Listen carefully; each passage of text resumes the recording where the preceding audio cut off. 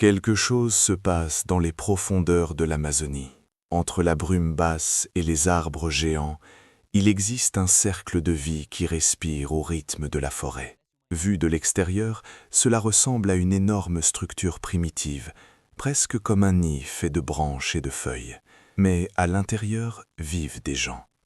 Des gens qui, lorsqu'ils sentent le danger dans la jungle, ne grimpent pas les collines et ne s'enfuient pas vers les montagnes. Ils se rassemblent au centre du Chabonneau, sous l'ouverture vers le ciel, comme si l'union était leur première défense. Pourquoi quelqu'un choisirait-il de vivre ainsi, si loin de tout ce que nous connaissons? Bienvenue à Nakonda Origine, où les histoires ne sont pas racontées, elles sont révélées. Ce que vous verrez aujourd'hui ne sont ni des ruines, ni des légendes. Ce sont 6 peuples du présent qui survivent dans la plus grande et la plus exigeante forêt tropicale de la planète, et qui nous font nous demander si nous ne confondons pas le progrès avec la déconnexion. Ici, la forêt parle.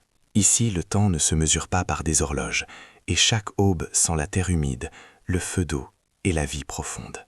Ces communautés, presque invisibles pour le reste du monde, ont résisté aux invasions, maladies et pressions extérieures pour continuer à être qui elles sont. Avant de commencer, abonnez-vous à la chaîne et activez la cloche pour faire partie de cette communauté. Et restez jusqu'à la fin, car la dernière tribu de ce voyage vit dans l'une des régions les plus reculées et mystérieuses de l'Amazonie, et son histoire ne se révèle pas facilement. Êtes-vous prêt à les rencontrer? Un Yanomami, gardien du Chabonneau. C'est l'Amazonie, un lieu où le foyer ne s'élève pas parmi les nuages, mais sous un immense toit de chaules de palmiers qui embrasse toute la communauté. Le sol est de l'argile humide. Il cède, respire, absorbe chaque pas comme si la forêt écoutait. L'air est dense, chargé d'humidité, d'insectes invisibles et le murmure de milliers de feuilles qui ne s'arrêtent pas de bouger. Au cœur de la jungle, là où la lumière touche à peine le sol, les Yanomami construisent leur monde, un monde circulaire, un refuge collectif connu sous le nom de Chabonneau. Assez grand pour abriter des dizaines de familles sous le même toit, organisées par clans et liens de parenté transmis depuis des générations. Ici, à l'intérieur, l'air change. Il sent le bois frais, la fumée douce et la terre vivante. Il n'y a pas de mur solide, la vie coule, la conversation circule, les enfants courent, les chiens dorment près du feu et le ciel apparaît par l'ouverture centrale, rappelant que tout est connecté. Rien dans le Chabonneau n'est décoratif, ni par esthétique, ni par coutume vide. Ici, chaque geste a un but et chaque structure naît d'une forêt qui donne, mais exige aussi le respect. Chaque communauté vit dispersée, séparée par les rivières sinueuses, des collines pleines de racines et des sentiers que seuls eux peuvent sentir. Ils n'utilisent pas de carte écrite, leur géographie est mémoire. Chaque rivière a un nom, chaque pierre un esprit, chaque son un avertissement ou une bénédiction. Cette connaissance est leur boussole, leur histoire et leur défense.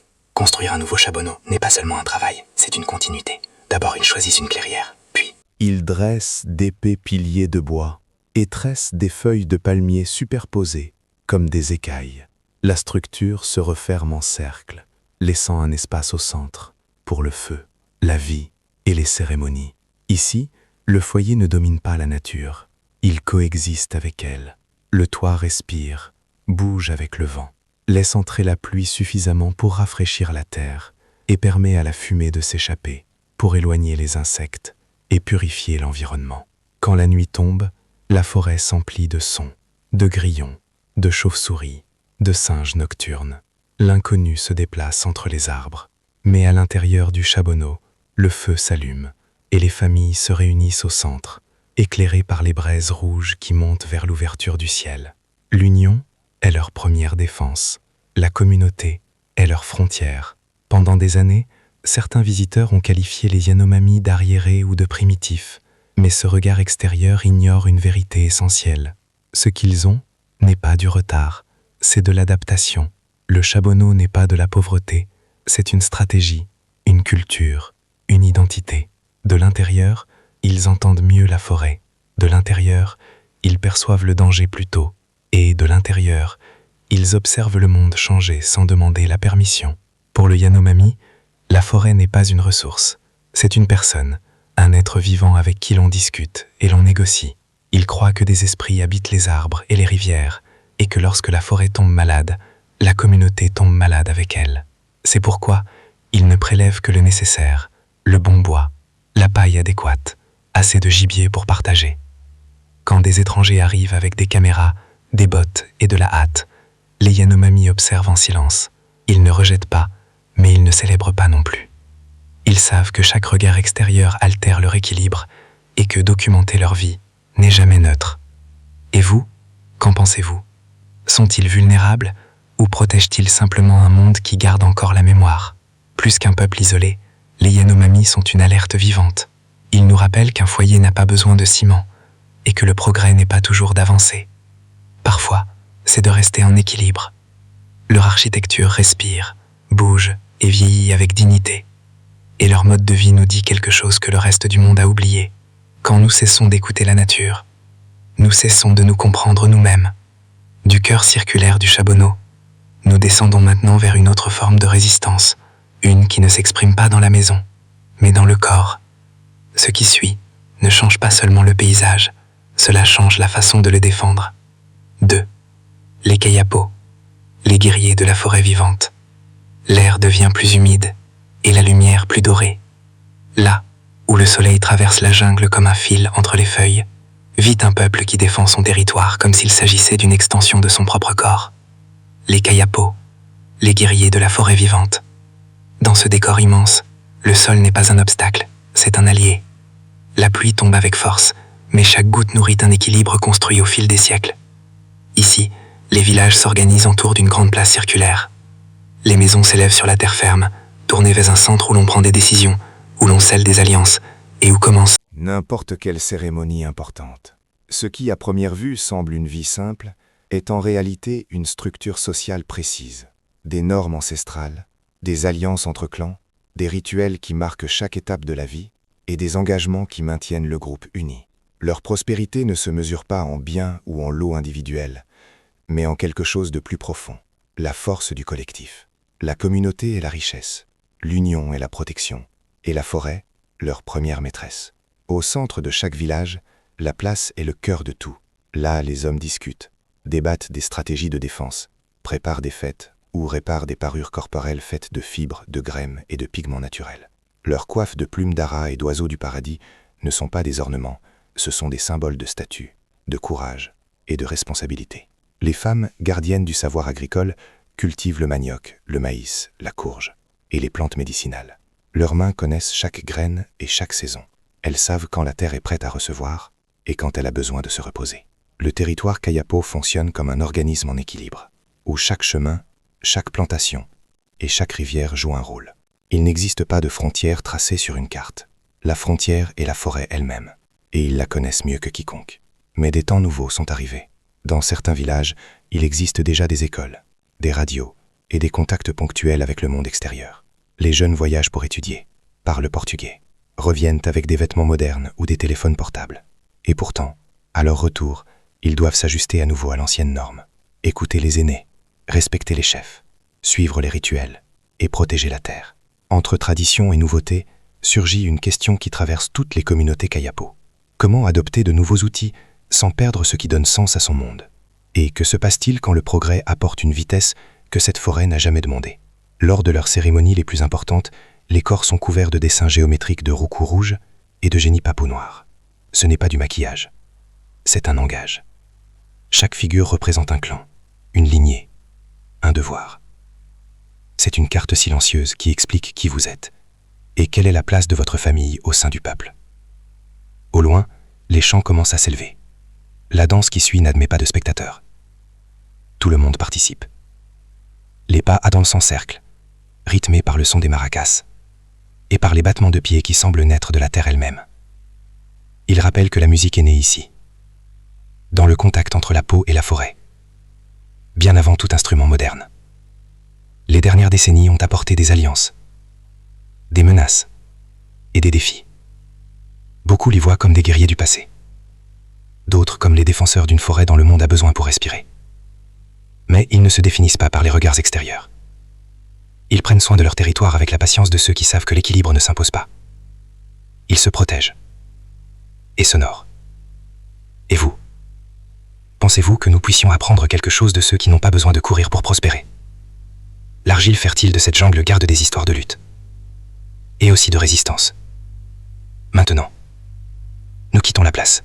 Kayapo, et nous entrons dans un territoire plus humide, plus dense, plus silencieux, où la frontière n'est plus la terre, mais la respiration elle-même. Sategestinequa, 3 Matses, les hommes du jaguar. De la boue fertile de la forêt, nous descendons vers un territoire encore plus humide et silencieux. Le paysage change, et le son aussi. Chaque pas s'enfonce, chaque mouvement fait trembler la terre détrempée. L'air sent les feuilles mouillées, la résine fraîche, et il y a une légère trace de fumée qui se perd entre les arbres. Nous entrons dans le territoire des Matses, connus par beaucoup comme les hommes du jaguar, gardiens de l'une des régions les plus reculées entre le Pérou et le Brésil. Ici, le sol n'est jamais immobile, il n'est ni ferme ni stable. C'est une trame de boue, racines et eau qui respire. De petits igarapés se frayent un chemin sous la végétation, alimentant des villages construits sur des zones élevées pour éviter les inondations qui, à chaque saison, transforment le monde. Dans ce labyrinthe d'arbres et d'humidité, les Matses vivent depuis des générations, s'adaptant à un territoire qui exige une précision absolue. Rien n'est improvisé, rien n'est le fruit du hasard. La façon dont ils se rapportent à la forêt est leur première langue. Les chemins ne sont pas marqués par des panneaux visibles, ils sont mémorisés par les sons, par l'inclinaison d'un tronc, par le murmure d'une rivière proche. Les Matses écoutent la jungle comme on lit une carte vivante.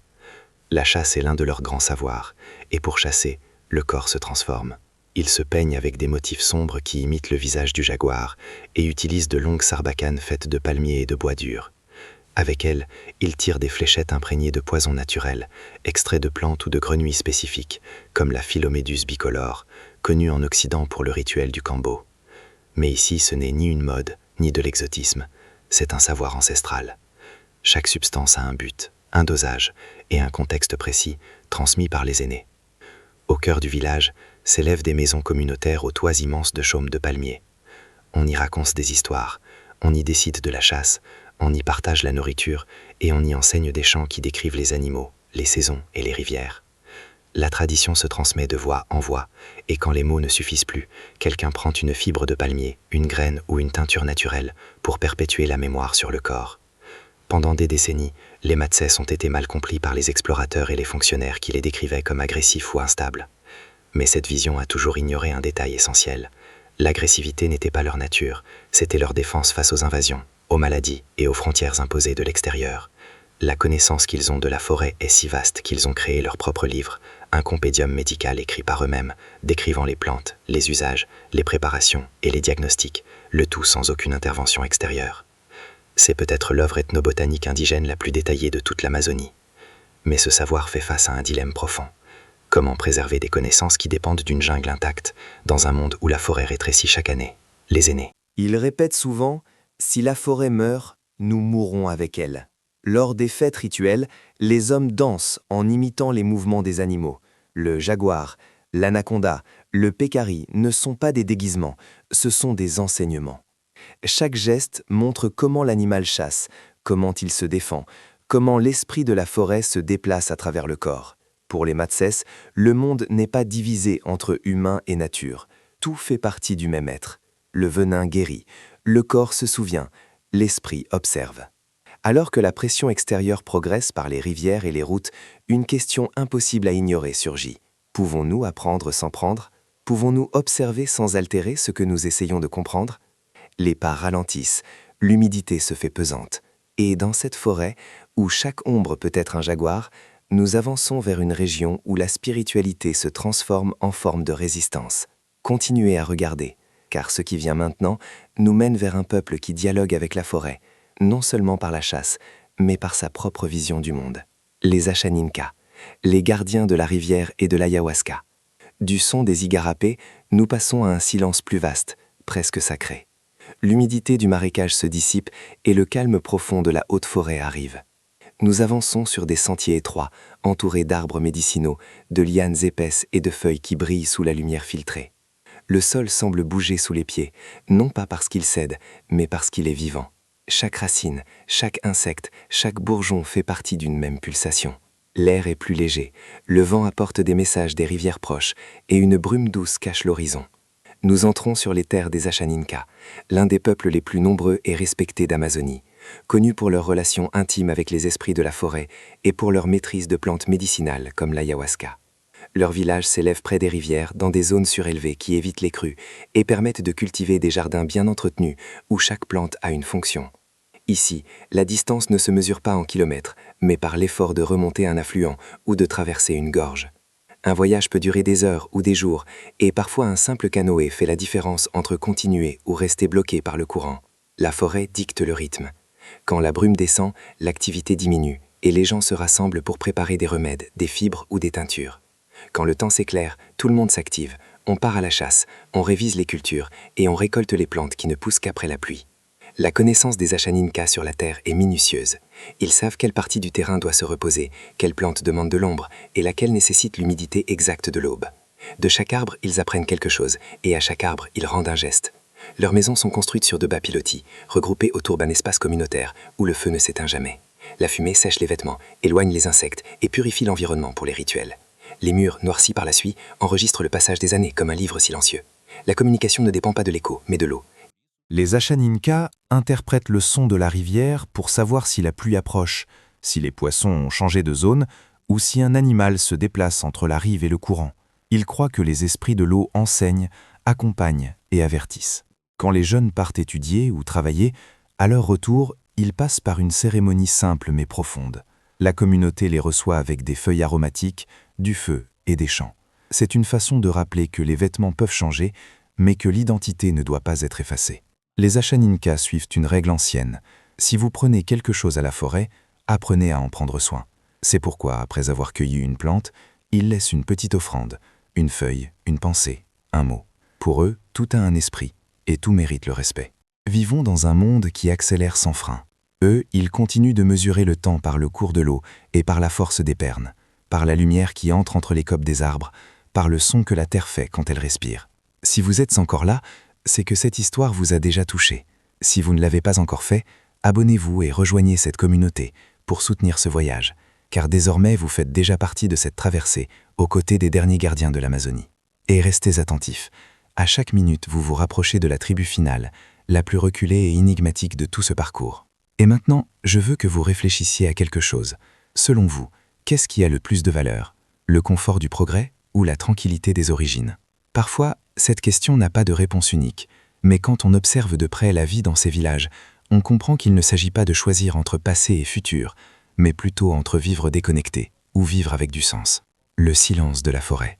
Nous passons maintenant à un territoire où la couleur et la cosmologie se transforment en langage, où les masques représentent des mondes entiers, et la tradition se peint sur la peau comme une mémoire vive. Atiniko, Kwasosinko, Tikuna, les fils de l'anaconda céleste. La brume se dissipe. Pour la première fois de ce voyage, l'horizon s'ouvre sans arbre pour le cacher. La lumière tombe, pure, sur une bande verte qui semble sans fin. Les territoires des Tikuna, l'un des peuples les plus nombreux, symboliques et anciens de toute l'Amazonie. Ici, où le fleuve est si large qu'il ressemble à un miroir en mouvement, les Tikuna vivent dans des villages dispersés entre le Brésil, le Pérou et la Colombie. L'eau est leur chemin, leur aliment et leur histoire. Les familles se déplacent dans des pirogues qui avancent lentement, accompagnant le cours d'un fleuve qui ne coule jamais de la même manière. Le monde Tikuna ne s'organise pas autour du feu, mais du mythe, et le mythe d'origine des Tikuna est l'un des plus puissants de toute la jungle. La naissance du peuple à partir de l'anaconda céleste, un esprit qui est descendu du ciel et a donné forme aux premiers êtres humains. Pour eux, chaque courbe du fleuve, chaque courant, chaque remous, fait partie de ce corps sacré qui continue de vivre sous la surface. Les villages s'élèvent sur la terre ferme sous forme de terrasses surélevées pour résister aux inondations. Là, On discute, on tisse, on peint et on décide. Les maisons longues, faites de bois et de feuilles de palmier, sont des lieux où la vie coule sans interruption entre les générations. La coopération est la loi la plus ancienne. Quand un Tikuna construit une maison, tout le clan aide. Quand arrive la saison de la pêche, tous s'organisent pour conduire les poissons vers les filets collectifs ou lancer des dards depuis des pirogues silencieuses. Ici, le jeu ne marche jamais seul. C'est le nous qui garantit la survie. Les cérémonies Tikuna sont un univers à part. Dans le rituel le plus célèbre, la fête de la Pélazon, les jeunes filles qui atteignent la maturité passent par un processus symbolique où leurs corps sont peints de dessins géométriques noirs faits avec du jus de génie-papo. Ces traits ne sont pas des ornements. Ils racontent qui elles sont, d'où elles viennent et quel chemin elles vont suivre. Les hommes aussi se transforment pour les cérémonies. Ils portent des masques qui représentent des animaux sacrés, le tapir, le jaguar, le grand poisson, l'anaconda. Lorsqu'ils dansent, l'esprit de la forêt semble se mouvoir avec eux.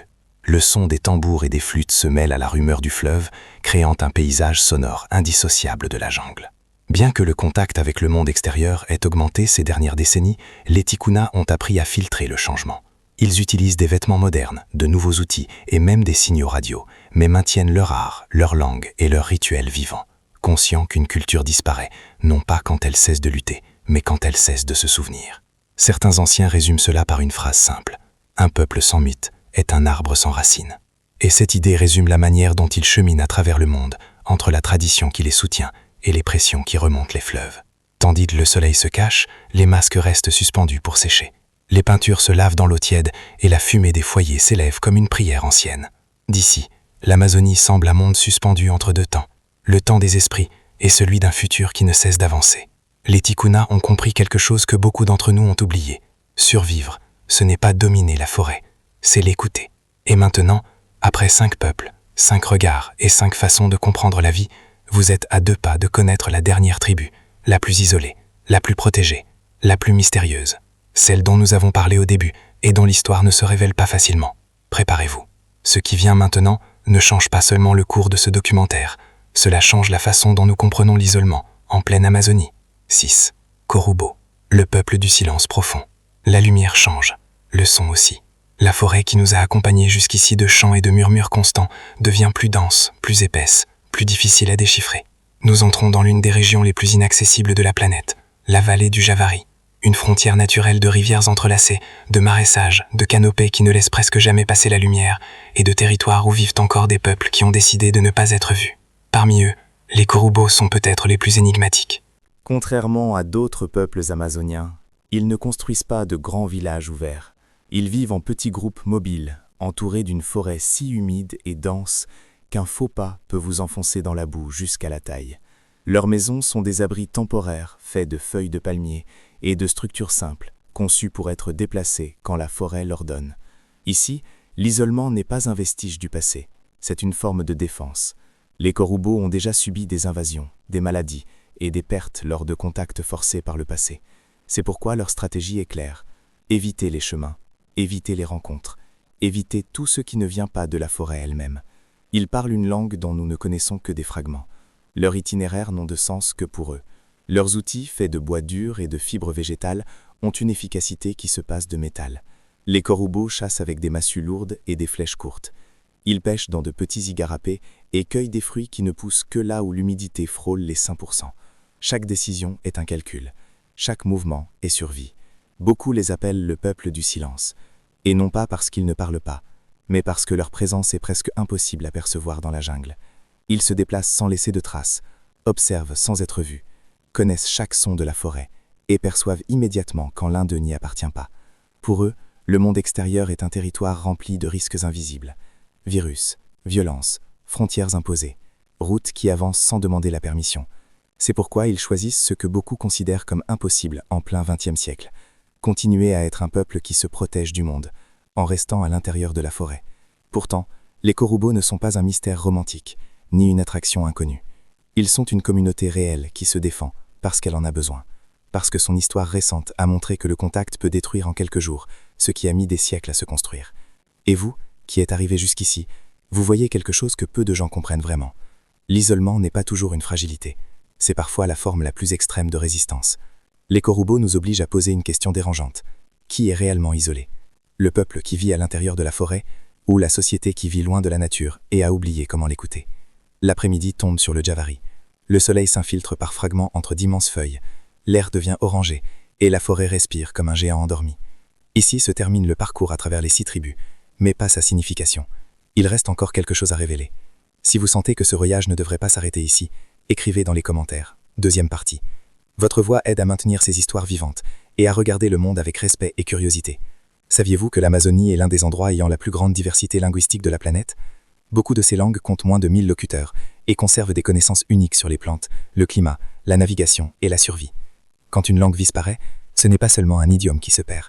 Disparaît Une façon unique de comprendre le monde. Dans ce voyage, nous avons vu des maisons qui respirent avec la forêt, des communautés qui trouvent la richesse dans l'union, et des rituels qui nous apprennent à voir avec d'autres yeux. Et voici la révélation. L'isolement de ces peuples n'est pas un vestige du passé, c'est le reflet d'un futur que nous pourrions perdre.